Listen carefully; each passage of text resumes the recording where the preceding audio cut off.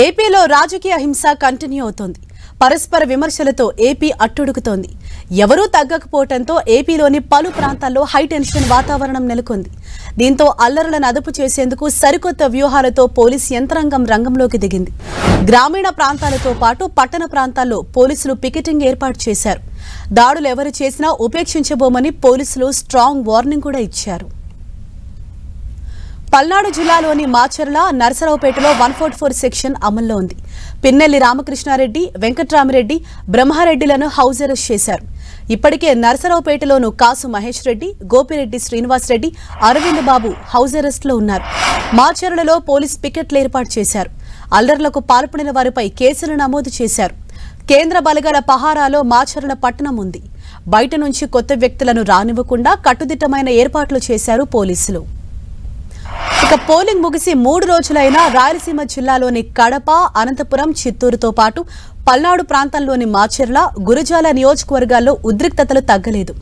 రెండు పార్టీల వారు పరస్పరం దాడులకు తెగబడటంతో పలు ఇళ్లు, వాహనాలు ధ్వంసమయ్యాయి. ఇరు పార్టీలో వందలాది మంది కార్యకర్తలు తీవ్రంగా గాయపడ్డారు. పోలీసులు ఏకపక్షంగా వ్యవహరిస్తూ వైసీపీ కార్యకర్తలపై దాడులను చూసి చూడనట్లు వ్యవహరిస్తున్నారని ఆరోపిస్తూ డీజీపీకి ఫిర్యాదు చేసింది అధికార వైసీపీ. ఇదే విషయంపై మరింత సమాచారంతో మా ప్రతినిధి తిరుమలరావు మనకు అందుబాటులో ఉన్నారు. తిరుమలరావు, ఇప్పటికీ కూడా అంటే ఏపీలో ప్రధానంగా ఏ ప్రాంతాల్లో ఇటువంటి హింసాత్మక ఘటనలు చోటు చేసుకుంటున్నాయి, అక్కడ పోలీసులు ఎటువంటి చర్యలు చేపడుతున్నారు? హరీష, రాష్ట్ర వ్యాప్తంగా ఎన్నికలు ప్రశాంతంగా ముడిచినప్పటికీ ఏదైతే ఉందో కడప, అనంతపురము, తిరుపతి, పల్నాడు జిల్లాలకు సంబంధించి పలు ప్రాంతాలు జమ్మలమడుగు, పల్నాడులోని అచ్చుపేట, అదేవిధంగా మాచర్ల, ఖమ్మంపాడు ప్రాంతం, మరో విధంగా చూసుకుంటే తిరుపతి ప్రాంతంలో, అదేవిధంగా ఈ 4 ప్రాంతాలకు సంబంధించి 4 జిల్లాల్లో హింసాత్మక ఘటనలు చోటు చేసుకుని చెప్పాలి. ఈ నేపథ్యంలోనే దీనికి సంబంధించి నిన్న డీజీపీ ఎవరైతే ఉన్నారో హరీష్ కుమార్ గుప్తా పూర్తి స్థాయిలో ఆ రేంజ్ ఐజీలతో పాటు అదేవిధంగా డిఐజీ ఎస్పీలతో క్షుణ్ణంగా మాట్లాడడం జరిగింది. పూర్తిగా పరిశీలించండి, ఎన్నికల సమయం ముగిసినప్పటికీ గొడవకు గల కారణాలు ఏంటి, ఎవరు ప్రేరేపిస్తున్నారు, ఎవరు దీనికి గల కారణం అంటూ వీళ్ళతో సమీక్ష సమావేశం నిర్వహించడం జరిగింది. నిర్వహించిన తర్వాత వీళ్ళకి అధికంగా బలగాలు కావాలని చెప్పేసి అధిక బలగాలు కూడా ఏర్పాటు చేయడం, అదేవిధంగా పలు సెక్షన్ 144 సెక్షన్ ఈ 4 జిల్లాల్లోని హింసాత్మక ఘటనలు జరుగుతున్న ప్రాంతాల్లో 144 సెక్షన్ ఏర్పాటు చేయడం జరిగింది.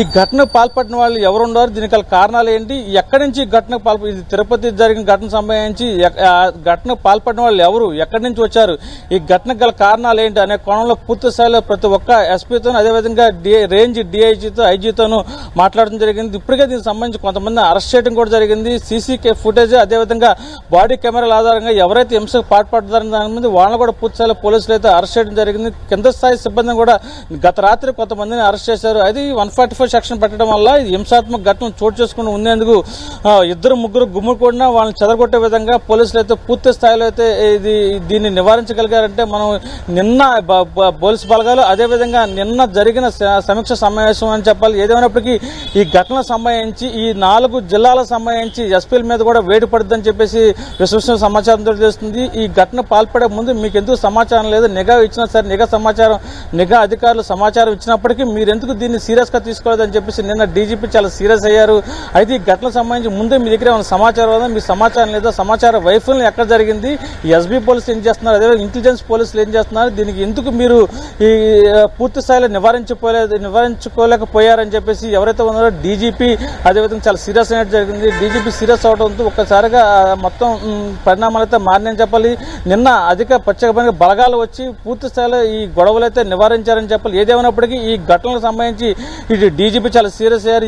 ఈ కేంద్ర ఎన్నికల సంఘం డీజీపీకి అదేవిధంగా సిఎస్కి సమ్మలు పంపడంతో సిఎస్ నిన్న ఇంటెలిజెన్స్ డీజీ అదేవిధంగా డీజీతో మాట్లాడి దీని ఘటనగా కారణాలంటే ముందే మీ దగ్గర సమాచారం ఉందా అంటూ 2-3 డిస్కషన్ చేసుకున్నారు. ఈ రోజు ఈసీ ఏదైతే ఉందో ఢిల్లీ వచ్చి దీనికి సంబంధించి పూర్తి స్థాయి మీకు విచారణ చేపట్టాలని, దీనికి సంబంధించి పూర్తి సమాచారం మాకు ఇవ్వాలంటూ ఈసీ అయితే చెప్పడం జరిగింది. ఈ నేపథ్యంలో ఈ రోజు ఢిల్లీ వెళ్లి దీనికి సంబంధించిన ఈ ఘటన గల కారణాలు ఏంటి, దీనికి ఎవరు పాల్పడ్డారు, బయట నుంచి వచ్చి ఈ ఘటన ఏమైనా చేశారా, లేని పక్షంలో లోకల్ లీడర్స్ ఏమైనా చేశారా అంటూ ఈసీకి అయితే ఈ 3 సమాచారం వచ్చే అవకాశం కనిపిస్తుంది. ఏదేమైనప్పటికీ ఈ ఘటనకు సంబంధించి ఇటు అధికార పార్టీ నేతలు ప్రతిపక్షం అయితే ఇద్దరు ఒకళ్ళ మీద ఒకళ్ళేదో ఆరోపణలు చేసుకున్నారు.